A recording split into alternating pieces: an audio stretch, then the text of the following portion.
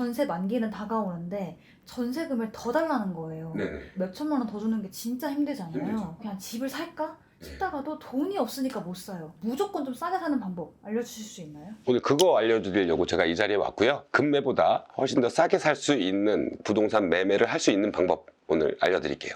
이 방법 한 번만 알아두면 평생 동안 써먹을 수 있는 방법이니까 영상 끝까지 시청 바랍니다. 경매로 내 집 마련을 하는 건 너무 위험한 거 아니에요? 일단 경매의 장점 중에 하나는 내가 사고 싶은 금액으로 살려고 시도는 해볼 수 있다. 한번 보여드릴게요. 네, 옥션1이라고 제가 사용하는 경매지고요. 여기 서울에 있는 아파트를 한번 볼게요. 자, 제가 지금 구로구를 한번 찍었어요. 제일 마지막에 있는 천왕단지 한번 볼까요? 자, 이렇게 생긴 아파트예요.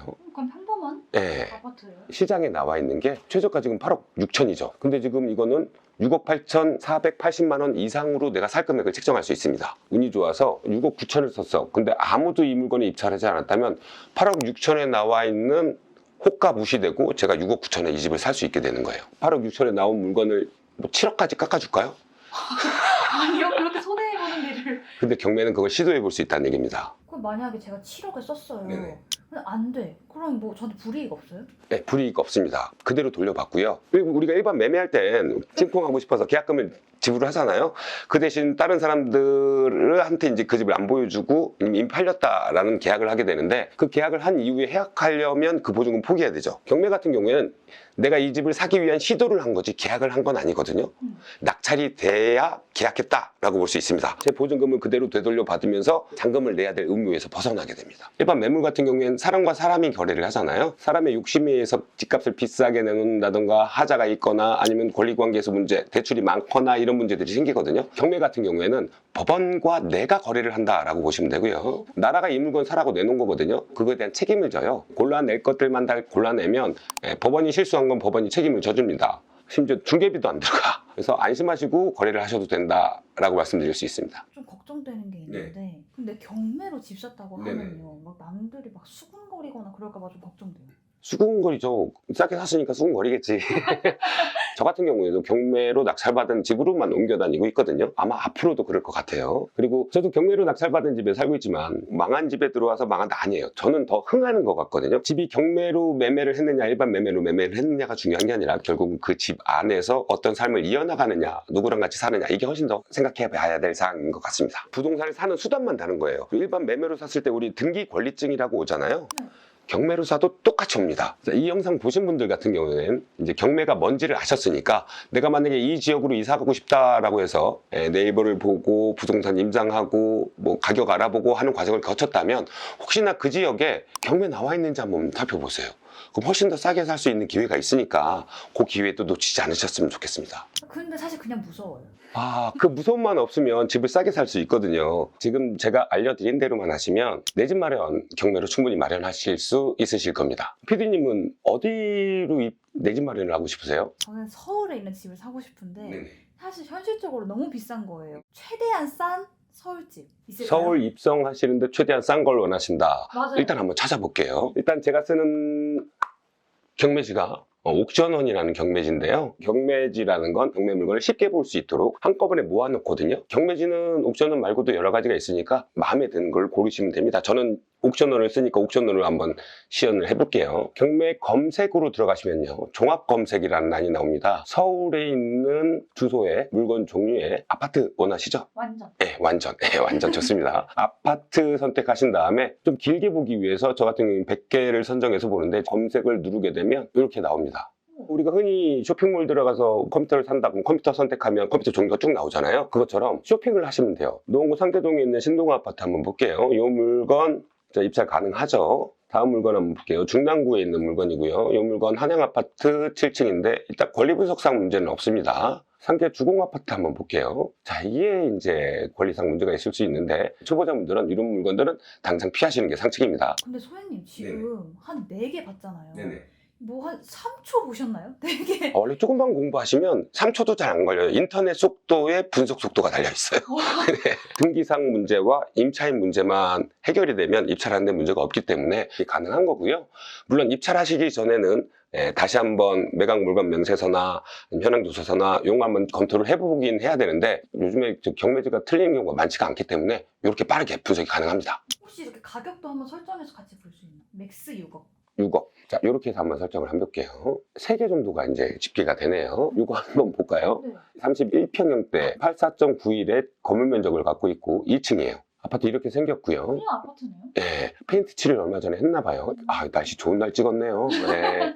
초, 중, 고 다 있고요. 그리고 직선거리로 9일역까지 600m? 그렇게 멀다라고 볼 수는 없죠. 735세대에 6개 동이 있는 겁니다. 요거 권리상 문제가 없으니까 입찰 가능한 물건입니다. 지금 제가 만약에 부동산 가서 이 집을 들어간다고 하면 6억 5천인 거잖아요. 그러니까 깎아봤자 6억 한 4천? 맞아요.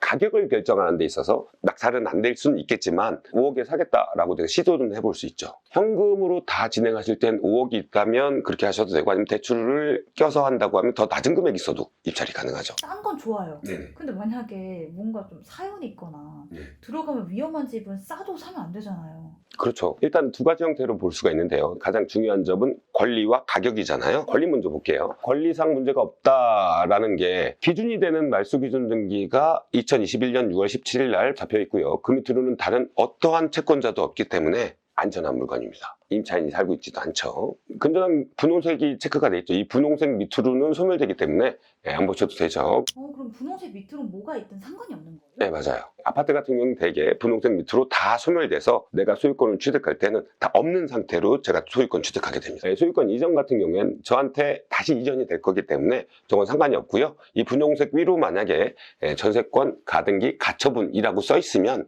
그런 것들은 피하시면 됩니다. 이런 것들이 있을 때는 여기 소멸 여부에 빨간색으로 인수라고 써 있을 거예요. 여기는 빨간색으로 인수 써 있는 게 없죠? 네. 예, 안전합니다. 쫓아내고 막 그런 거 없는 거예요? 막 유튜브에 보이는? 임차인이 없이 소유자가 사용하고 있기 때문에 임차인으로서 인수되는 임차인도 없습니다. 자, 권리 분석에서 좀 주의해야 될 게 있는데 제가 빨간색 피하라고 말씀드렸잖아요. 이거 실수하신 분이 또 있어서 이 부분을 한번 짚고 넘어가야 될 것 같아서 저도 여기 선순위라고 써놨잖아요. 주의하셔야 될 부분이 임차인을 인수하는 경우가 발생될 수 있거든요. 거긴 빨간색이 안 적혀 있을 수도 있어요. 2024년 6월 달에 10억에 매각이 됐다는 얘기는 이분이 7,650만 원을 보증금 내고 입찰했다가 인수사항이 있어서 그 보증금을 포기한 거예요. 예를 들어 일반 매매로만 하면 계약금을 내고서 매매 계약을 했는데 내가 대출이 안 나와서 그 집을 못 사는 상황이 됐어.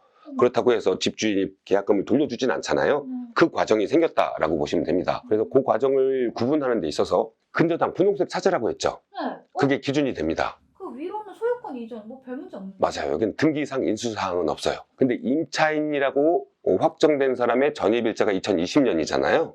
네. 그리고 미상이라 써 있어요. 맞아요. 법원에선 임차인으로 본 거고요. 실제 임차인이 이렇게 있을 수도 있습니다. 그러면 요거 하나만 해주세요. 분홍색 날짜랑 비교해. 2022년 7월 8일. 예. 이거는 2020년 9월. 더 빠른데요? 분홍색보다 먼저 들어왔잖아요. 네. 이런 물건들은 피해 주시면 됩니다. 근저당이 들어오기 전에 먼저 들어온 임차인, 선순위 임차인이라고 하고요. 저 같은 경우에 수업을 할 때 어떻게 얘기하냐면 20년이 지나가야 21년이 오지 그럼 얘는 선순위이지 이렇게 설명을 하거든요. 갑자기 쉬워요. 그렇게 봐주시면 되고요. 만약에 이 날짜보다 늦다 네. 그럼 그럼 괜찮아요? 괜찮아요. 이 사람은 권리가 없으니까. 여기까지가 가장 기초적인 내용이고요. 일단 이렇게만 해도 잃는 경우가 없을 거고요. 조금만 더 알아도 입찰할 수 있는 게 훨씬 더 늘어나거든요. 그거는 여기서 소개해드리기엔 너무나 길어지니까 강의에서 풀어내는 걸로 이렇게 진행하겠습니다. 근데 중요한 건 네. 내가 얼마에 살까잖아요. 맞아요. 그게 제일 중요하죠. 그걸 좀 정하는 공식 뭐 이런 게 있나요? 저한테는 있어요. 네, 공식이 있고요. 제가 예를 한번 들어서 설명을 드릴게요. 제가 얼마 전에 낙찰받고 지금 매도 계약까지 끝나고 매도 잔금 기다리고 있는 게 있거든요. 이 물건 한번 예를 들어볼게요. 이거 답심리에 있는 2차 청설 우성 아파트고요. 조망이 너무 이뻐요. 깔끔하네요. 예, 깔끔해요. 투베이 구조를 갖고 있습니다. 분홍색 찾는다고 말씀드렸죠. 밑으로 소멸. 맞습니다. 없죠. 임차인 없죠. 깔끔. 예, 깔끔. 현재 시세가를 한번 볼까요? 가격 순으로 한번 솔트 시켜볼게요. 7억 4천부터 있네요. 6억 3천에 샀습니다. 얼마 싸게 산 걸까요? 1억이나 싸게 샀는데. 맞습니다. 이거 실입주 하시면 됩니다. 입찰가를 산출하시는데 고민이 많으실 텐데 해당하는 입찰가를 숫자만 넣으면 바로 입찰가가 계산되어져서 나오는 자동 계산기를 제가 따로 만들어 놨고 고정 댓글 확인하셔서 받아가시면 될 것 같습니다. 그럼 경매는 사실상 그냥 집을 사는 그 수단이 조금 다른 것뿐 내가 어떻게 하는 거 다 똑같은 거예요? 맞아요. 경매가 일반 매매랑 좀 다른 점이 있다면 집을 사는 케이스의 방법만 다르다라고 볼 수 있거든요. 일단 법원은 저한테 사기는 안 칩니다. 진짜 만약에 네. 나라가 잘못 알려줬어요. 실수해서. 그럼 어떡해? 반품하면 되죠. 반품이 된대. 예, 매각 물건 명세서라고 하는데 우리가 일반 매매할 때도 물건 가서 보고 그리고 등기부등본 설명도 해주고 막 이런 부분이 있잖아요. 그것들을 분석하는 능력이 조금 필요합니다. 그리고 그 능력이 아까 제가 말씀드렸던 분홍색 밑으로 또는 날짜 비교 이런 부분들이 들어가는 거고요. 근데 그게 만약에 네. 약속된 것과 다르게 써 있으면 책임집니다. 100% 다요? 그게 잘못됐다면 100% 다 해줍니다. 그리고 내가 비싸게 사는 거 아닌가? 라는 의심도 없을 것 같아요. 그냥 내가 금액 쓰는 거잖아요. 맞아요. 근데 그거는 이제 한 가지 조언을 드리자면 공 하나 더 쓰시는 분들이 있으니까 그거 조심해 주시고 기일입찰제라고 해서 입찰서를 희망하는 금액을 적어서 제출을 하면 거기서 가장 고가로 입찰한 사람을 최고가 입찰인이라고 이제 뽑아요. 매수인이라고. 이제 그런 방식으로 진행이 되는데 그래서 입찰서 쓰는 방법 정도는 익히시고 진행을 하셔야 됩니다. 그럼 그냥 지금 보여주시면 안 돼요? 네, 보여드릴게요. 기일입찰표는 해당하는 서식이라서 대한민국 어느 법원에서나 이 양식으로 쓰시면 됩니다. 그리고 이 용지는 법원에 가시면 다 주거든요. 네. 배부를 해주니까 그 배부를 해주는 기일입찰표를 받아서 작성하셔도 되고요. 이렇게 인터넷으로 양식을 다운로드 받아서 쓰신 다음에 인쇄를 해 가셔도 돼요. 미리 써 가시는 게 전 그걸 좀 추천을 드리거든요. 실수도 안 하지만 법원에 가면 대개의 경우 욕심이 생겨서 네. 입찰가가 높아져서 다른 사람들 안 봤을 때 하루 전에 미리 써가는 게 이제 마음을 좀 진정시킬 수 있거든요. 일단 가장 중요한 건 사건에 대한 사건 번호입니다. 사건 번호를 잘못 적으면 안 되니까 보고 적으시면 되고요. 이 사건의 사건 번호는 2023 타경 4516번이니까 기일입찰표의 사건 번호 안에 그대로 적어주시면 됩니다. 호는 해당하는 법원의 유일한 번호가 붙거든요. 4516호. 그리고 여기 오른쪽에 보시면 물건 번호라고 있죠. 이 사건 번호 하나의 물건 번호가 여러 개 있을 때 4516 번호 뒤에 이제 숫자가 쓰이게 되는데 이 사건은 아무것도 없죠? 네. 물건 번호 그대로 놔두시면 됩니다. 그리고 입찰자라고 써 있는데 입찰자 성명, 주민번호, 주소, 전화번호 이렇게 적어주시면 되고요. 대리일 경우에는 위임장이 필요한데 이 사이트에선 이제 본인이 입찰하는 걸 예를 한번 들어볼게요. 자, 성명, 이 사건 낙찰받은 사람 이름이 따로 있긴 한데 여기선 월부라고 적어볼게요. 그리고 주민번호 이렇게 한번 적어볼게요. 좋아요. 주소 같은 경우에는 전입된 주소를 기본으로 적어주신다 이렇게 생각하시면 됩니다. 내가 사는 주소 서울시 강남구라고 한번 적어볼게요. 좋아요. 물론 저는 강남구 살진 않습니다. 여기까지가 정말 중요한 게 여기 본인 안으로 인적사항을 적어주신 이 명의로 소유권이 이전되거든요. 잘 적어야 됩니다. 그리고 여기 하나 성명 옆에는 항상 인이 있거든요. 사인하면 안 됩니다. 사장님. 예, 지장이나 막도장. 만약에 도장을 준비하지 못했다면 법원에서 인주를 준비해 두고 있기 때문에 지장을 찍어주시면 됩니다. 금액 부분으로 넘어갈 텐데요. 오른쪽부터 설명을 드릴게요. 오른쪽에는 보증금액이라고 써있죠. 우리가 일반 매매할 때 계약금이라고 내죠. 왼쪽에 보시면 보증금액 10% 이렇게 나와 있는 금액 있죠. 요거를 적어주시면 됩니다. 미납이 되거나 다른 사항을 알려줄 사항이 있다고 한다면 법원에서 20% 내지는 30%도 설정할 경우가 있습니다. 대개의 경우는 최저 매각 가격의 10% 이렇게 알고 계시면 되고요. 자, 6,296만 원이니까 보증금액은 100억부터 시작이기 때문에 1000만 단위에 가서 6자를 적어주고요. 100만 단위에서 2자, 10만 단위에서 9자, 1만 단위에서 6자, 나머지 0 채워주시면 됩니다. 세 자리마다 마킹이 돼 있고요. 만약에 제가 수기로 적는다고 하면 여기 안 보이셔야 될 부분들은 다른 걸로 가리고 적어요. 혹시나 또 공 하나 더 쓸까봐. 가장 중요한 건 왼쪽에 입찰 가격입니다. 내가 살 금액. 만약에 앞에서부터 적는다 그럼 6천억이 되겠죠. 전 지금 6억 3천에 살 건데 무조건 낙찰입니다. 여기다가 잔금 낼 수 있는 자격 금액을 내가 잔금 낼 수 없기 때문에 네. 보증 금액을 몰수당하게 되니까 저 같은 경우는 이거 6억에 입찰한다고 하면 앞에 1000억, 100억, 10억은 아예 가려버려요. 그리고 여기 억 단위를 가서 6억이죠, 6억. 네. 그리고 6억 3천, 3만 원을 적었거든요. 앞에 세 자리는 비워두시면 됩니다. 어떤 것도 쓰지 마세요. 그냥 비워두세요. 제가 경험상 그게 가장 깔끔하더라고요. 그리고 저는 현금 자기합수표를 구할 거기 때문에 여기 체크란에 체크를 하시면 되고요. 그리고 나중에 폐차했을 경우에 보증금을 돌려받거든요. 네. 예, 돌려받을 이름, 월부 해놓고 여기 뒤에 또 인이 있을 겁니다. 여기다 조장을 찍어주시면 됩니다. 깔끔하게 이렇게 적어주시고 인쇄한 다음에 저 인자에다 도장만 찍어서 입찰표 대봉투에 넣어서 제출하시면 됩니다. 그러면 지금 소희님 말고도 네네. 진짜 경매로 집 사는 사람들이 정말 많아요? 네, 얼마 전에도 구로에 있는 물건을 실입주로 아예 입찰을 해서 낙찰받은 사례도 있고요. 입주할 집만 2년에 한 번 정도 경매로 낙찰받으신 분도 있어요. 투자하신 분도 큰 금액을 버신 분이 있거든요. 분당에 있는 아파트인데 낙찰받고 잔금 내고 이자를 3번 정도 냈어. 3개월 정도 걸렸다는 얘기고요. 분명히 말씀드립니다. 세후 한 8천 정도 수익이 났습니다. 3개월 만에. 예. 게다가 이분 같은 경우에 얼마 전에 또 소식이 들렸는데 또 낙찰됐다는 소식이 들렸어요. 또요? 네. 원래 경매 하시던 분이에요? 아니야. 배워서 처음 하시는 분이고 된다는 걸 경험하니까 더 열심히 하게 되더라고. 처음엔 좀 노력해도 낙찰받지 못하면 이거 필요 없는 거 아니야? 이렇게 생각할 수 있거든요. 근데 포기만 하지 않으시면 그 수익들이 점점 더 쌓여간다라고 보시면 됩니다. 그리고 또 짧아져요. 낙찰받을 수 있는 기간이. 자산이 자산을 불러일으키는 그 마법을 한번 맛보셨으면 좋겠어요. 소혜님 그러면 투자를 언제부터 시작하셨고 강의를 언제부터 하셨던 거예요? 저 같은 경우 투자는 2011년부터 했다고 보시면 되고요. 그리고 강의는 한 2, 3년 정도 경험을 하고 강의를 시작했어요. 그렇게 10몇 년 동안 가르치시는 동안 좀 네. 기억에 남는 수강생 없으세요? 많죠. 엄청 많죠. 근데 그 수강생이 경매로 컸는지는 모르겠는데 지금 되게 돈을 잘 버시는 분, 이름 알려주신 분은 계시긴 하더라고요. 누군데요? 저희가 알아요? 저한테 들으셨을 때 닉네임이 주PD였거든요. 주PD. 지금은 유튜브에서 신사임당?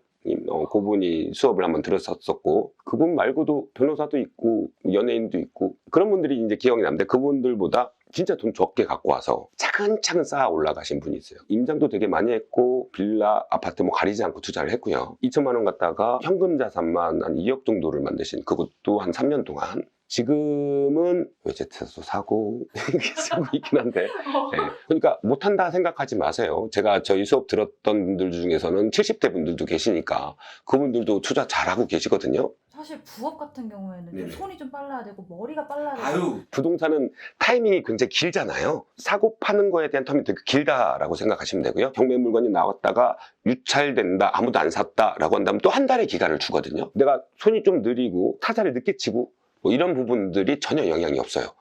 그분들도 사람이랑 대화는 하면서 살았을 거잖아요. 그 정도 능력만 있으면 충분합니다. 소혜님은 사실 강의 이후에도 계속 만나서 같이 도와주고 뭐 명도 이런 거 이슈 있으면 도와주고 네네. 하시잖아요. 근데 그렇게까지 하시는 이유가 뭐예요? 저한테는 아무것도 아니거든요. 그분은 처음이니까 어려우시잖아. 근데 힌트 하나만 있으면 그분 쉽게 풀어나갈 수 있거든. 감추고 있어서 어땠어요? 그냥 알려줘야지.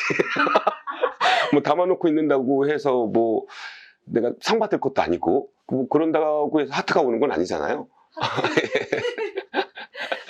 그렇습니다. 경매를 하기 전과 네네. 후에 소혜님의 삶이 궁금해요. 직장 생활을 하다 보면 가끔 그런 생각이 들 때가 있어요. 저 같은 경우에는 이제 개발자 출신이다 보니까 회사에 열심히 일을 해줘. 회사가 돈을 버는 게 보여. 근데 내가 따로 해도 할 수 있을 것 같아라는 잘못된 생각을 하게 돼요.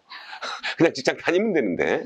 그래서 여러 사람들이 부추기기도 하고 저도 자신도 있고 해서 더 많은 돈에 욕심을 부리고 이제 나와서 또 차렸습니다. 호기롭게 시작했다가 호기롭게 망했습니다. 살고 있던 집에서 나와서 사업 말아먹었으니까 더 이상 지탱할 수가 없어서 어머니 집에 얹혀 살았거든요. 아들이 망하고 왔으니까 얼마나 안쓰러워요. 어머니가 밥도 잘해주시고 막 위해주시고 뭐라도 해봐야겠다라는 생각 그때 했고요. 무작정 책을 엄청나게 읽기 시작했어요. 하루에 한두 권씩 읽었고요. 그렇게 읽던 책 중에 경매책이 하나가 껴있었고요. 읽고 나서 충격적이었던 것 중에 하나가 누구나 할 수 있다는 거에 충격적이었고요.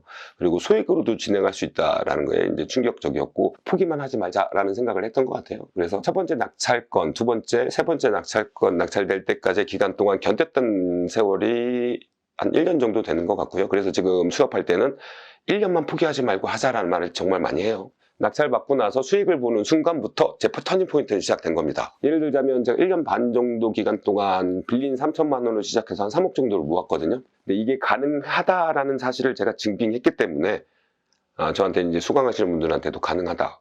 내가 도와주겠다. 이렇게 말씀을 드리고요. 더 중요한 건 실제로 그렇게 해서 자기만의 터닝 포인트를 만들어내신 분들이 계세요.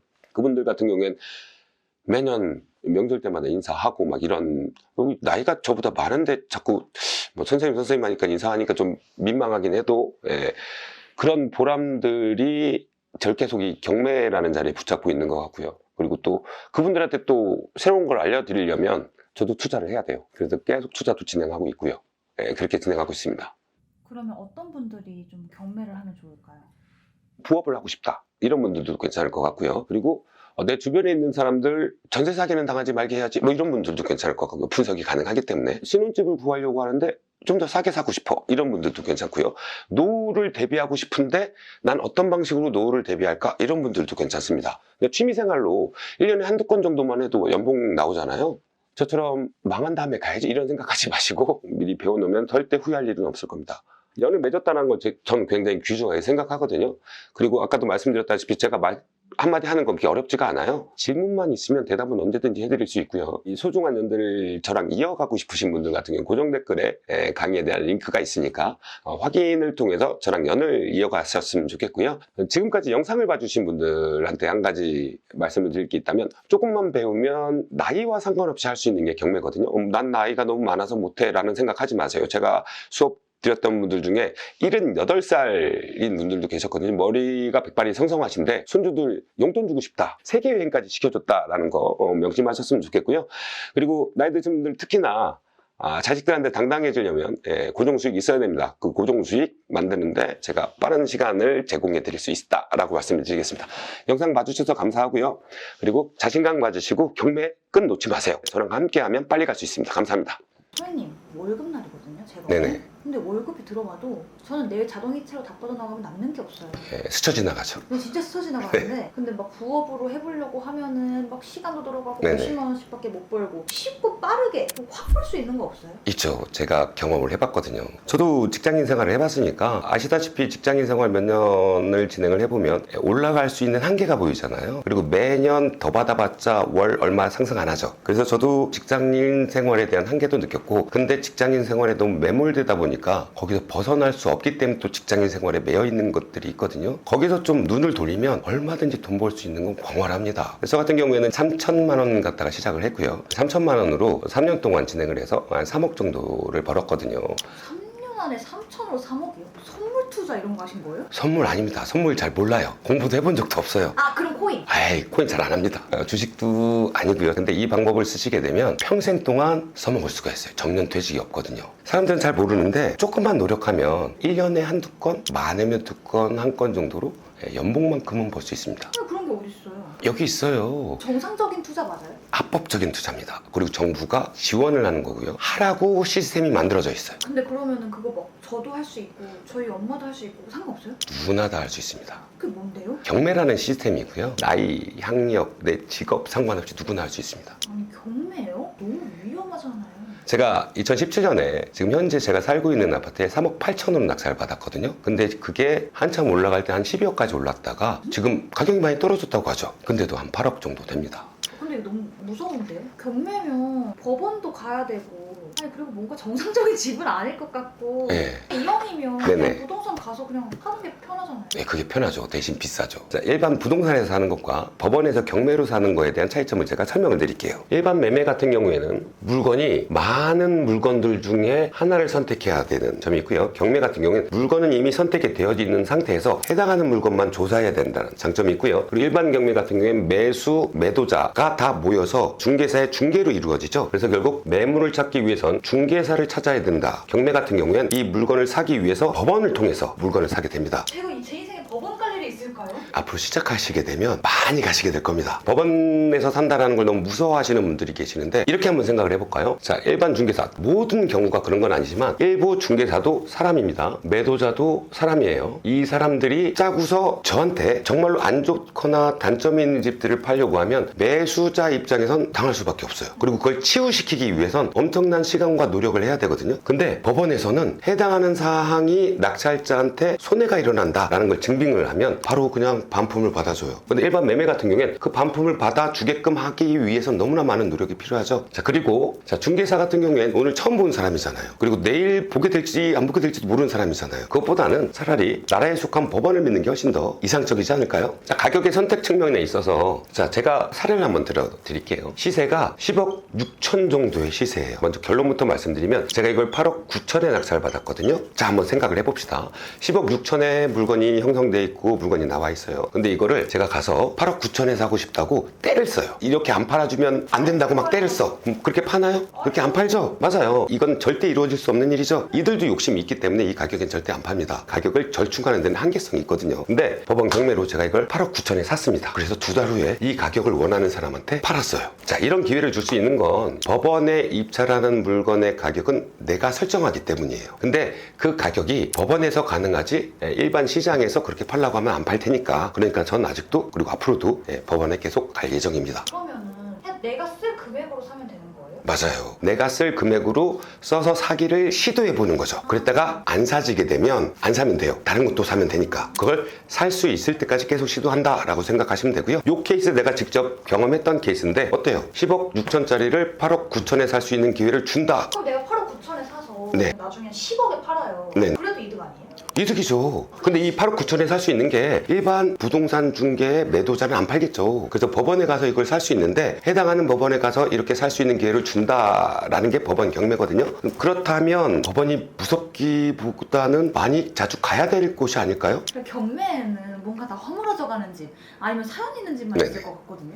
근데 그런 집만 있는 거 아니에요? 그러니까 경매 올라온 거 아니에요? 그렇진 않고요. 그런 것들을 입찰하기 전에 권리 분석을 조금만 공부를 하시면 그런 집들은 걸러낼 수가 있어요. 해당하는 방법을 내가 알고 있느냐 모르냐에 따라서 진짜 사연 있는 집을 낙찰받을 수도 있고요. 사연 있는 집을 피해 다니면서 물건을 골라낼 수 있는 방법이 있거든요. 그럼 그 방법을 지금 한번 보여드리도록 할게요. 네이버에 옥션원이라고 치시게 되면 경매 물건 같은 경우에 대법원 사이트에 경매 물건을 오픈을 하는데 보기가 좀 어려워서 그걸 모아서 한꺼번에 보여주는 데가 있어요. 그걸 경매지 사이트라고 하고요. 무료 사이트들도 많거든요. 얼마든지 다른 거 이용하셔도 됩니다. 그리고 반드시 유료는 싫다. 그럼 대법원 사이트 가서 보셔도 됩니다. 이렇게 들어가시게 되면 저 같은 경우 이미 로그인이 돼 있는데요. 경매 검색을 누르시고 서울의 아파트로 한번 찾아볼게요. 그리고 이 리스트 중에서 몇 개만 한번 봐볼까요? 동도 센트리움 아파트 낙찰받은 금액은 나와 있고요. 40평대 아파트인데 이 물건은 권리상 괜찮네요. 다른 물건 한번 볼까요? 자, 마포에 있는 아파트인데 한번 미납이 있었네요. 그리고 요거 같은 경우에는 좀 임장이 필요할 것 같아요. 임장하지 않으면 입찰이 좀 힘들 것 같습니다. 전 피해갈 것 같아요. 아니 어떻게 이걸 5초 만에 그냥 쑥 보고 쑥 괜찮다고 하시는 거예요? 이게 경험도 있지만 이제 초보자들도 이렇게 할 수 있는 데까지 걸리는 시간이 하루 이틀만 배워도 이건 가능합니다. 이것도 한번 볼까요? 요 권리상 문제 없습니다. 원래 우와. 권리 분석은 3초입니다. 아니 지금 스크롤 한번 내리실 거 아니에요? 자, 요것도 문제 없고요. 빨간색 있는 거 볼까요? 요 물건 같은 경우에는 투기 지역에 투자 가능한 사람들만 입찰할 수 있다는 제한점 외에는 권리상 아무런 문제가 없습니다. 그러면요. 네네. 권리상 아무 문제가 없다라는 네. 거는 그냥 해도 괜찮다. 맞아요. 이 물건의 가치만 좀 판단하신 다음에 입찰을 결정하셔도 문제가 없다라는 얘기입니다. 그러면은 방금 말씀하신 막 괜찮은 집도 네네. 있고 아 이거 좀 별로인 집도 있고 네네. 있었잖아요. 네네. 그러면 괜찮은 집 기준 한 얼마 정도 있어야 살 수 있어요? 제 생각에는 얼마 정도 있어야 살 수 있다라는 개념보다는 나한테 얼마가 있다면 어디까지 살 수 있어가 더 맞는 표현 같고요. 내가 갖고 있는 자본금이 작으면 싼 물건들을 찾아서 이제 지역을 선택해야 되는 게 있고요. 내가 자본금이 좀 크면 내가 살고 있는 서울 지역에 투자할 수 있다. 이렇게 개념을 잡아가는 게 맞을 것 같습니다. 분석만 조금만 할 줄 알면 이런 분석이 가능해집니다. 근데 이렇게 분석하기까지 걸리는 시간이 한 달이 채 안 걸려요. 가처분, 전세권, 가등기 요 세 가지 형태가 오른쪽 옆에 소멸 여부에 빨간색으로 인수사항이라고 적혀 있으면 그거 피하시면 돼요. 25평짜리 5,500이라면 믿겠어요? 아니 그냥 멀쩡한 집? 네, 멀쩡한 집이었고 게다가 수리까지 돼 있다고 하면 믿겠어요? 어떻게 그 정도 사요? 예, 그 정도 가격이 아니, 됩니다. 아무리 지방이어도 몇 억은 들잖아요. 아니요, 그렇지 않습니다. 1억 아래쪽에 물건들도 굉장히 많이 있고요. 본인이 갖고 있는 자금으로 본인이 투자할 수 있는 지역을 찾는데 그런 어려움이 있다면 제가 도움을 충분히 드릴 수 있습니다. 근데 3천만 원으로 시작을 하셨잖아요. 네. 돈이 어떻게 벌리는 거예요? 보통 우리가 물건을 사고 팔 때 어떻게 하나요? 싸게 사서? 비싸게 팔아야죠. 근데 부동산은 비싸게 팔면 안 팔려요. 그래서 싸게 사서 남들보다 싸게 팔아야 됩니다. 그럼 남들보다 싸게 팔려면 더 싸게 낙찰받아야 쓰죠? 그게 가능한 게 경매예요. 아니 예. 일반 매매는 그냥 시세에 대비 사서 올릴 때까지 기다렸다가 팔 수 있잖아요. 네, 그래야 맞아요. 된 거잖아요. 맞아요. 경매는 시세 차익이라는 개념이 시간이 지나가면서 가격이 상승한 분에 대한 수익을 본다라고 보기보다는 현재 내가 낙찰받을 당시에 남들이 파는 것보다 훨씬 더 싸게 팔 수 있는 가격으로 낙찰이 가능하거든요. 그러니까 지금 현재 시세 대비해서는 엄청나게 싸게 낙찰받을 수 있는 기회를 가질 수가 있죠. 제가 이걸 설명을 드리면 여러분 복잡하게 느껴질 수 있으니까 아무 물건이나 찍어서 한번 예시를 한번 드려볼게요. 한번 볼까요? 요거 강북구에 있는 물건 한번 볼까요? 14층짜리 아파트고요. 30평대예요. 지금 23년에 4억 8,900 정도죠. 요 가격에 이제 낙찰이 된 물건입니다. 방 3개, 화장실 2개짜리 물건이고요. 285세대에 3개동짜리. 전경을 한번 보시게 되면 딱 아파트예요. 뭐 후줄근한 물건도 아니고 사람이 살고 있고 해당하는 물건 23년도에 30평대 매매 실거래가를 보시게 되면 23년도 11월 달에 5억 8,500에 매도된 이력이 있네요. 그러면 23년도 3월 달에 4억 8천에 낙찰받았다는 얘기는 저라면 4억 8천이면 비싸게 받았다고는 말씀 못 드릴 것 같아요. 이 물건들 중에서 요거 한번 볼까요? 이거 30평대 물건의 9층 물건이고요. 15층 중에 9층이니까 로얄층이라고 볼 수가 있습니다. 낙찰 가격이 5억 7천에 낙찰 받았네요. 사진 한번 볼까요? 그렇게 후줄근하진 않죠. 예, 물건 나온 것들이 다 이렇게 그냥 일반 사람이 아파트인데? 사는 아파트예요. 구조가 투베이 구조로 방 3개, 화장실 2개짜리 일반적인 30평대 아파트입니다. 이거 실거래가로 낙찰 가격 판단을 한번 해볼게요. 자, 30평대 아파트 매매 가격에 지금 현재 호가는 6억 3,500이에요. 가격 흐름에 따라서 달라지긴 하겠지만 그러면 23년 대금 납부가 4월 달에 대금 납부가 이루어졌으니까 이 4월 달 직후에는 어떤 가격대였는지 한번 볼까요? 23년 7월 달에 19층이 6억 8천 정도의 거래가 된 게 보이고요. 저라면 이거 5억 7,100이면 싸게 샀다고 말씀드릴 수가 있을 것 같아요. 그러면 지금 23년 4월에 5억 7천에 산 거잖아요. 네. 그리고 23년 7월에 6억 8천이면은 사실 한 3개월 만에 1억 가까이 벌 수 있었던 거 아니에요? 제 생각에 1억 가까이, 양도세, 세전 1억 가까이 벌 수 있는 기회가 있을 수 있었죠. 이렇게 경매는 다른 사람보다 더 싸게 파는 걸 목적으로 해서 훨씬 더 싸게 살 수 있는 기회를 제공합니다. 이 실거래가를 보면 6억 8천에 3층에 매도된 게 보이는데, 자, 5억 7천 100에 사서 6억 8천에 파는 저 물건보다 더 싸게 6억 7천, 6억 6천에 넣으면 충분히 팔리겠죠. 경쟁력이 충분히 있거든요. 그 가격에 팔기 위해서 6억 7천보다 훨씬 더 싸게 5억 7천에 낙찰을 받는 거죠. 그러면 매도하면서 시세 차익도 거두고 그리고 싸게 살 수 있고, 만약에 실입주자라면 1억이나 싸게 또 실입주할 수 있는 기회를 얻을 수가 있는 거죠. 그래서 이 물건 같은 경우에 같은 평대 이 단지에서 물건을 산다고 하면 매도자가 팔 수 있는 금액의 한계선인 6억 8천 이하로 안 팔겠죠. 근데 이 물건 같은 경우에 경매이기 때문에 5억 7천 100에 낙찰이 가능했던 겁니다. 아니 그러면은 이거 왜 안 하지? 이게 두려움 때문에 그래요. 이게 경매에 대한 막연한 두려움, 또 아까 말씀하셨던 것 중에 경매 물건 다 안 좋은 물건이다. 우리 인식에 그런 게 있잖아요. 망한 집에 들어가면 안 된다, 망한 집 사면 안 된다, 이런 인식이 있어서. 근데 저는 그건 아니라고 보거든요. 저 같은 경우에는 지금 경매 낙찰 받은 곳으로만 이사 다니면서 산 게 15년째거든요. 그러니까 신혼집도 경매로 마련하셨다고. 네, 제가 마련한 집에 경매에 대한 부담감이 없는 친구랑 결혼을 하게 돼서 지금 신혼집을 그렇게 마련하게 된 거죠. 저는 뭔가 이렇게 소연님 말 듣고 이 경매에 대한 호기심이 조금 네. 생기거든요. 경매를 할 수 있는 종잣돈이 있는 사람은 뭐 어디서부터 어떻게 시작해야 돼요? 종잣돈이 금액에 따라서 이제 지역 선택은 좀 달라지는데, PD님 같은 경우는 어디 한번 보고 싶으세요? 당연히 서울이죠. 경매 검색을 누르시고요. 서울 물건을 본다고 하면 법원에서 서울지법을 선택하거나 주소에서 서울을 선택하시면 되고, 물건 종류 중에서 아파트가 관심이 있으실 테니 아파트를 누르신 다음에 검색을 누르시면 됩니다. 해당하는 지역에 물건들이 이렇게 나와 있거든요. 여기 맨 앞에 있는 번호 23-5199라는 게 이제 이 물건만의 번호라고 생각하면 되고요. 오른쪽에 있는 게 주소, 그 오른쪽에 있는 게 감정이 3억 7,200에 됐는데 현재 매각 가격이 9,751만 8천원이다. 오른쪽에는 사람들이 입찰하지 않았던 횟수, 그래서 유찰 횟수가 6회라는 얘기고요. 그 오른쪽에는 다음번에 입찰하는 날짜가 이렇게 써 있습니다. 신권이라는 거는 그럼 뭐예요? 이제 경매에 나올 때 감정을 해서 해당하는 가치를 부여를 한 다음에 나오게 되거든요. 근데 신권이란 건 처음 나왔다는 얘기예요. 저는 근데 이렇게 물건은 많은데 뭐가 좋은지를 모르겠는데 그걸 한번 찾은 방법을 알려주세요. 좋은 집이라는 개념이 집이 사람이 살기도 좋지만 가격이 싸야 좋은 집이잖아요. 네. 그거를 지금 나온 물건들 말고 제가 낙찰받은 걸로 직접 한번 보여드릴게요. 제가 진행하는 순서대로 한번 따라해 주시면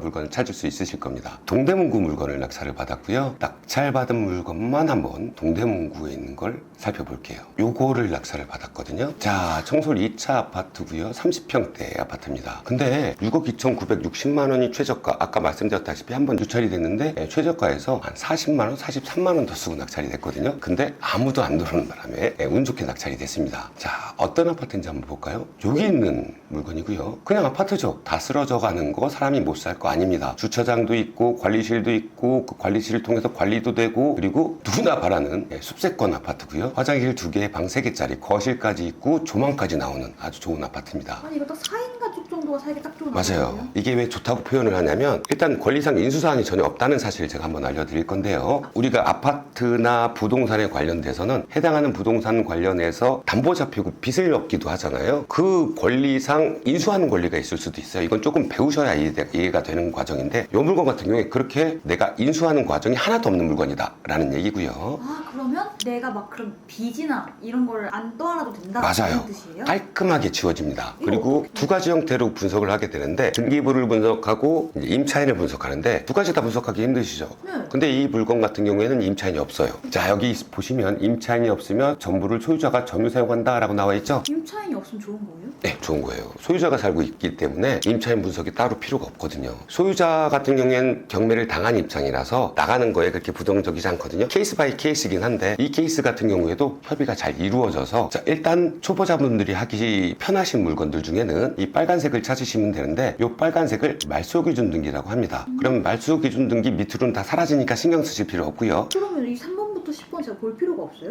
예, 맞습니다. 그 이후로는 다 소멸된다 표현하고요. 등기상 사라져요. 아, 그럼 저는 막 채권, 캐피탈 이런 거 하나도 신경 쓸 필요 없나요? 맞습니다. 네. 근데 이게 왜 괜찮은지 모르겠어요. 자, 1, 2번 같은 경우에는 소유권이 이전되는 권리이기 때문에 저한테 이전된다는 사실을 알려주는 것일 뿐이고요. 그러면 이 빨간색 이전, 3번 이전에 있는 것들 중에 조심하셔야 될 것들 중에 보시게 되면 가처분, 전세권, 가등기 요 세 가지 형태가 오른쪽 옆에 소멸 여부에 빨간색으로 인수사항이라고 적혀 있으면 그건 피하시면 돼요. 그걸 더 쉽게 보기 위해서 오른쪽에 이 소멸 여부가 있죠? 네. 여기에 빨간색으로 인수되는 사항이면 인수라고 정말 무섭게 써 있어요. 그런 것들이 있으면 그런 것들은 피하시면 됩니다. 그러면 아까 말씀하신 그 세 개의 단어만 없다면 괜찮은 거예요? 맞아요. 그것도 힘들다고 하면 이 소멸 여부에 빨간색만 없다라고 하면 입찰하셔도 됩니다. 왜 이렇게 쉬워요? 원래 이렇게 쉽게 만들어준 게 경매지예요. 예를 들자면 요것도 예전에 낙찰받은 물건이거든요. 요것도 7명 입찰했는데 200만 원 차이로 낙찰받은 물건이고요. 예, 장안동에 있는 20평대 아파트입니다. 요것도 직접 낙찰을 받아서 진행했던 힐스테이트예요? 거고요. 맞아요. 힐스테이트예요. 아파트죠? 네. 맞죠. 사람 사는 데예요. 이런 것들도 나옵니다. 요거는 소유자가 있는 게 아니라 임차인이 있는 건데 아까 말씀드렸던 거 빨간색보다 늦게 들어온 임차인이면 괜찮아요. 빨간색이 2016년 1월이에요. 네네. 그리고 여기가 12월이거든요. 맞아요. 11개월 뒤에요. 그럼 괜찮네요? 예, 괜찮은 거예요. 그러니까 우리가 흔히 볼 때 이제 임차인이 임차 물건을 찾을 때 대출 없는 물건들을 찾잖아요. 근데 그분이 대출 있는 걸 들어오신 거예요. 그랬다는 사실은 이 대출 먼저 챙겨주고 본인을 챙겨줘도 된다라고 판단을 하신 거거든요. 그러면 어쨌든 요 빨간색보다 요게 늦으면 문제없다. 문제없다. 게다가 여기서 더 쉽게 보시려면 여기 대항력이라고 보는데 없음이라고 나와 있죠. 여기에 만약에 빨간색으로 피날 것처럼 인수라고 적혀 있으시면 피하시면 돼요. 인수가 무서운다는가 봐요. 맞아요. 인수한다는 얘기는 저 임차인을 내가 껴안아야 된다는 얘기예요. 만약에 배당 신청을 했는데 배당되지 않은 보증금은 그대로 내가 돌려줘야 되는 상황이 발생이 됩니다. 내가 네. 집값도 내야 돼. 요 보증금도 줘야 돼. 맞아요. 따블이네요. 예, 그렇게 하면 피하시는 게 낫죠. 아 근데 여기서 임차인이랑 등기부는 받는데 네네. 근데 사실 금액을 써야 되잖아요. 그럼 어떻게 이렇게 딱 맞는 가격을 써요? 그건 이제 금액을 알아보셔야 되는데 요 사건 같은 경우에는 제가 2020년에 진행한 거니까 최근에 낙찰받고 지금 진행 중인 사건으로 한번 보여드릴게요. 자, 이 물건 같은 경우엔 30평대 아파트인데 6억 3천에 낙찰을 받았거든요. 일단 실거래가 한번 볼게요. 20평대 한번 먼저 보시면 20평대 25년 1월 달에 7억에 거래가 됐네요. 근데 이거 30평 아니었어요? 맞아요. 응? 평형제가 다르죠. 그 30평은 지금 예. 얼마에 팔려요? 30평대 지금 거래 가격이 최근 가격은 2024년 11월 달에 7억 2천에 지금 거래가 됐어요. 그러면 6억 3천에 받으셨잖아요. 어때요? 구미가 좀 당기시나요? 근데 이거는 그냥 거저 1억 아니에요? 맞아요. 근데 아무도 안 들어와서 저한테 기회를 주네요. 현재 시세가 얼마인지만 알게 되면 그것보다 싸게 판다는 마음만 가지면 손해보지 않습니다. 아, 그리고 궁금한 게 네네. 보통 투자나 내 집 네. 하면 막 이 주변 시세도 좀 봐야 되고 거래가 얼마나 되나 아니면 지금 하락인가 상승인가 이걸 다 봐야 되잖아요. 네네. 근데 얘는 그냥 얘만 보면 돼요? 네. 제가 경매를 시작했을 때 어떻게 진행을 했냐면 입지 정말 중요하잖아요. 네. 근데 입지가 정말 중요해서 그 입지를 알아보기 위해서는 시간이 너무 오래 걸리거든요. 제가 장기간 이 해당하는 물건의 상승세를 보는 것도 아니고 사람 내보낸 다음에 팔 수 있는 기회가 생기면 이 기간만 보면 되거든요. 그래서 저는 어떻게 분석을 하냐면 입지가 같은 물건들끼리 비교를 해요. 그러면 같은 단지에 있는 물건 보시면 되겠죠. 같은 단지에 있는 물건이랑 내 물건이랑 비교해서 내가 갖고 있는 물건 단지에 한 명만 나타나도 매수자 한 명만 나타나도 그 한 명이 내 걸 살 수 있도록. 아 왜냐면 제일 싸니까. 맞아요. 가성비가 제일 좋으니까. 네. 7억에 판다고 쳐요? 네. 그래도 이득이네요. 이득이에요. 근데 이제 7억에 내놨을 경우에 오히려 그 단지 분들한테도 죄송한 일이 됩니다. 그렇죠. 제가 실거래가를 또 싸게 만들어 놓으면 그 단지 분들이 더 싸져야 되니까 최대한 경쟁하는 측면에서 가성비가 제일 좋게 내놓게 됩니다. 지금 현재 이 물건 내놓을 때 7억 5천이 제일 싼 거였거든요. 그래서 그 물건보다 더 싸게 7억 4천에 내놓게 된 거죠. 근데 법원 가서 뭐 어떻게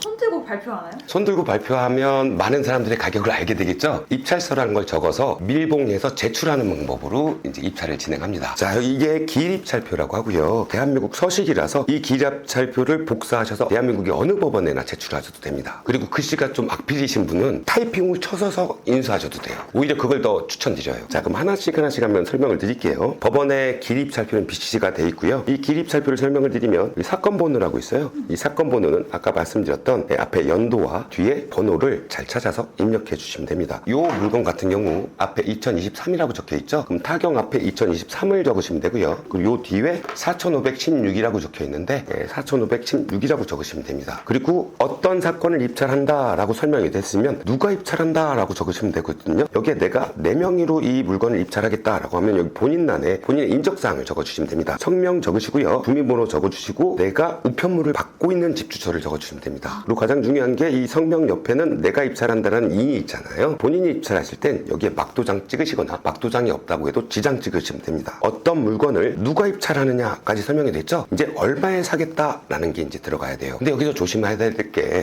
여기 보시면 감정가 있고 최저가 있고 보증금 있죠. 부동산 계약할 때 계약금 넣죠. 이 보증금도 계약할 때처럼 보증금을 미리 준비를 하셔야 돼요. 자, 보증금을 얼마를 넣었다라는 게 오른쪽에 써 있고요. 왼쪽에 보시면 100억부터 1원까지 준비가 되어 있습니다. 이 자리에 차근차근 6,296만 원을 천만 단위로 써주시면 됩니다. 앞자리는 비워두시면 되고요. 그리고 왼쪽에 보시면 정말 주의하셔야 될 게 있는데 이게 이제 내가 사겠다는 가격이에요. 입찰을 해서 낙찰을 받게 되면 그 금액으로 잔금을 내셔야 돼요. 예를 들자면 이 사건을 기준으로 봤을 때 이 사건 6억 3,003만 원에 입찰했잖아요. 그러면 이 자리수 정말 잘 보셔야 돼요. 이거 많이들 실수하시는데 억 단위 세 자리마다 마킹이 돼 있으니까 억 단위에 6자 쓰시고요. 그 다음에 차근차근 6억 3,003만 원이 맞게끔 써주시면 되고요. 앞에 있는 1,000억, 100억, 10억은 쓰시면 안 돼요. 그래서 저는 습관적으로 어떻게 진행을 하냐면 6억에 입찰한다. 그러면 아예 요 앞에 있는 10억까지는 가려버려요. 아예 내가 접근을 못하게 이렇게 가린 다음에 쓰기 시작해요. 지금 15년이 지난 지금까지도 그렇게 진행을 해요. 그리고 마지막으로 여러분들이 폐차했을 경우에는 내가 사질 않았으니까 보증금 돌려받겠죠? 그 보증금 돌려받는 거에 대한 영수증을 쓰시게 되는데 입찰하신 분의 성함 그리고 도장을 찍으시면 입찰서 작성은 마무리가 됩니다. 그러면은 낙찰이 안 되면 보증금을 다시 돌려받는 거죠? 맞습니다. 100%.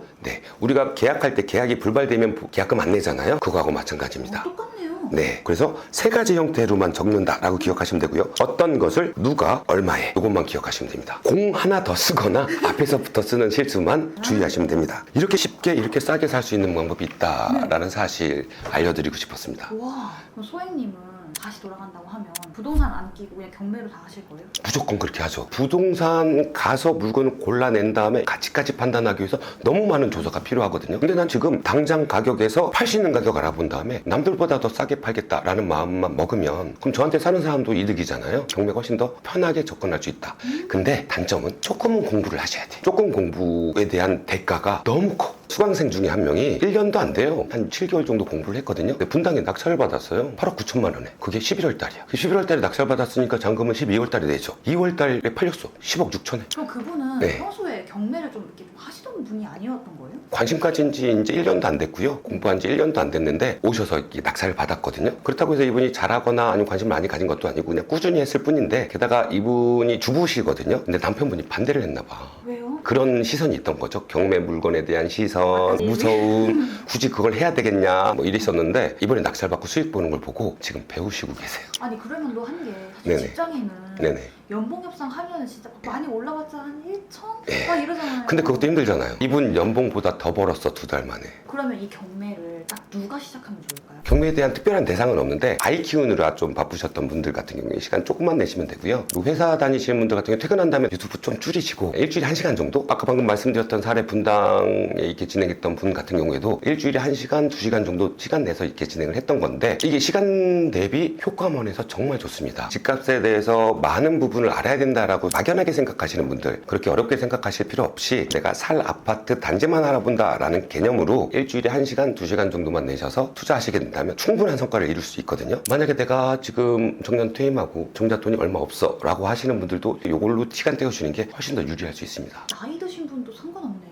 저도 이걸 선택했던 가장 큰 이유 중에 하나가 숫자만 쓸 수 있으면 돼. 아, 그러니까 내가 연필만 잡고 맞아요. 있다면 네, 입찰가만 적을 수 있으면 할 수 있습니다. 약간 이런 분들 많거든요 요즘. 네네. 막 뭔가 은퇴는 다가오는데 네. 정작 돈이 없대요. 그분들 같은 경우에는 정년퇴직했으니까 현금 흐름이 없잖아요. 그럼 현금 흐름이 없으니까 임대 물건으로 임대 세팅하는 걸 좀 추천드리고요. 월세처럼? 예, 월세. 아, 이건 진짜 시간 없는 분들을 위한 투자네요. 시간 없는 분들이 조금만 시간 내면 가능한 방법인데 이게 너무 어렵거나 나한테 멀다라고 생각해서 접근을 못 하시거든요. 소희님이 경매를 시작한 지 얼마나 네네. 되셨어요? 저 지금 2011년부터 해서 지금 15년 차. 그럼 엄청 오래 하셨으니까 네네. 수익도 엄청 많이 나셨을 것 같은데 네네. 경매를 하기 전 그리고 경매를 한 후에 인생이 많이 바뀌셨어요? 여유가 굉장히 많이 생겼고요. 예전에는 사고 싶은 게 있으면 정말 많은 시간이 들었어. 왜냐면 이 가격에 사는 게 옳은가라는 게 궁금해서. 제가 최초에 이제 투자해서 돈을 만들어냈을 때 당시가 이자를 내야 되잖아요. 원래 안 나가던 돈이 나가니까 그 돈을 벌기 위해서 식당에 가도 싼 것을 먹어야 되고. 근데 지금은 뭐 가격표 보는 일이 별로 없어요. 제가 경매하기 전에 돈이 좀 부족해서 어머니한테 얹혀 살았었거든요. 지금은 일단 어머니가 사시는 집을 제가 사드렸고요. 전주에 50평짜리로 사드렸고, 그리고 지금 예전에 어머니한테 용돈을 받았다라고 한다면 요즘에는 이제 어머니한테 용돈을 드리죠. 이런 분들 많아요. 내 노후 대비도 사실 안 했는데 어머니하고 또 노후 대비가 안 돼 있는 분들 네네. 때문에 노후 준비라는 건 향후에 사는 동안에 내가 평안함을 유지해야 된다는 거잖아요. 그런 부분에 있어서 경제적인 요건이 굉장히 많이 차지하는데 저 경매가 아니었으면 더 힘들 수 있었다라는 생각을 하거든요. 지금 같은 경우에는 크게 걱정은 안 하고 있습니다. 지금 얘기 들으면 사실 너무 좋아요. 네네. 근데 왜 소희님은 사람들이 왜 경매 안 한다고 생각하세요? 저도 붙잡고 한번 물어보고 싶은데. 저도 사실 경매에 네네. 대한 허들이 너무 높아요. 네네. 일단 첫 번째 뭔가 사연이 있을 것 같아. 네. 그리고 두 번째는 그냥 뭔가 무서워요. 네. 모르니까. 네네. 그리고 세 번째는 내 인생에 법원을 간다는 게 사실 맞아요. 좀 약간 무섭잖아요. 일단 그것들이 다 리스크라고 부를 수 있는 것들인데 사연 있는 집이야 사람을 내보내야 돼 라는 어려움 같은 경우에 제가 아까 방금 말씀드렸다시피 협의를 얼마든지 충분히 이루어내는 게 90%입니다. 게다가 조금 더 공부를 하시면 보증금 다 받는 임차인 같은 경우에 오히려 반겨요. 빨리 오시라고. 그래서 저 보증금 받을 수 있게 해달라고. 그리고 마지막으로 법원 같은 경우에는 오히려 법원을 장점으로 생각하셔야 돼요. 법원은 저한테 사기를 안 치거든요. 법원에서는 이 물건이 어떻다라고 저한테 알려줘요. 그리고 심지어 그 알려주는 명세와 다른 점이 발생이 돼서 낙찰자가 손해를 본다. 그럼 반품을 받아줘요. 그걸 불허가 절차라고 하고요. 해당하는 반품 절차에 의해서 그것이 인정된다라고 하면 낙찰됐던 걸 취소시켜줍니다. 내가 조금만 공부하면 사기당할 일이 없어요. 근데 아까 방금 말씀하셨던 것처럼 일반 매매 같은 경우에 이게 내가 생각했던 것, 내가 들었던 것과 다른데? 라고 하면 대번에 상대방이 인정하지 않죠. 그럼 소송을 통해서 또 법원의 판단을 기다려야 되잖아요. 근데 그 법원의 판단에선 양쪽의 말을 들어야 되잖아요. 근데 그 양쪽의 말을 듣고서 그 결론을 내기까지 시간이 걸리잖아요. 근데 이거는 상대방이 법원이야. 본인이 판단하면 돼. 근데 이건 법으로 명확하게 몇 가지 받아주는 항목들이 있어요. 그런 항목들에 대해서 내가 손해가 발생된다면 그건 다 받아줍니다. 그러니까 사기당할 일이 없이 안전하게. 전 부동산 투자를 오히려 경매로 시작하는 게 훨씬 더 안전할 것 같아. 사람한테 사기당할 일을 일단 배제하고 진행할 수 있기 때문에. 이거 약간 당근 아시죠? 당근? 당근하라 뭐 이런 거 같아요. 똑같아요. 우리 당근에서 보면 나와 있는 제품을 사기로 결심을 했으면 해당하는 물건들 중에서 제일 싼 것들 골라내서 사잖아요. 근데 이 집도 마찬가지예요. 지금 현재 나와 있는 것들 중에 제일 싸게 판다라는 생각으로 접근하시면 됩니다. 일반적으로 집을 사시는 분들 같은 경우에 많은 집들을 본 다음에 선택권이 너무 많아져서 선택을 못하게 되는 일이 발생되거든요. 근데 경매는 내가 살려는 물건이 이미 결정돼 있어. 에어팟 딱 정해져 있어. 딱 정해져 있어. 그럼 그 에어팟 중에서 제일 싸게 내놓은 사람 걸 찾아 걔보다 더 싸게 팔겠다라는 마음만 먹으면 가격 결정하기 쉽죠. 경매를 당장 하지 못하더라도 이거 알아두면 언젠가 쓸 일은 있을 것 같아요. 네, 맞습니다. 이게 어디 가서 가르쳐주는 게 아니다 보니까 학교 과정에 포함되어 있는 게 아니잖아요. 주변에 알려줄 수도 있고 요즘에 전세 사기랄지 이런 일들 많은데 그런 일들 당하지 않게끔 조언을 해줄 수도 있는 일들이 많이 발생하죠. 사실 저는 진짜 공부할 시간이 많이 없거든요. 네네. 그러면은 진짜 주말에 한두 시간만 공부해서 저도 아까 얘기하신 그분처럼 돈을 벌 수 있다면 저는 첫 투자를 경매로 해보고 싶어요.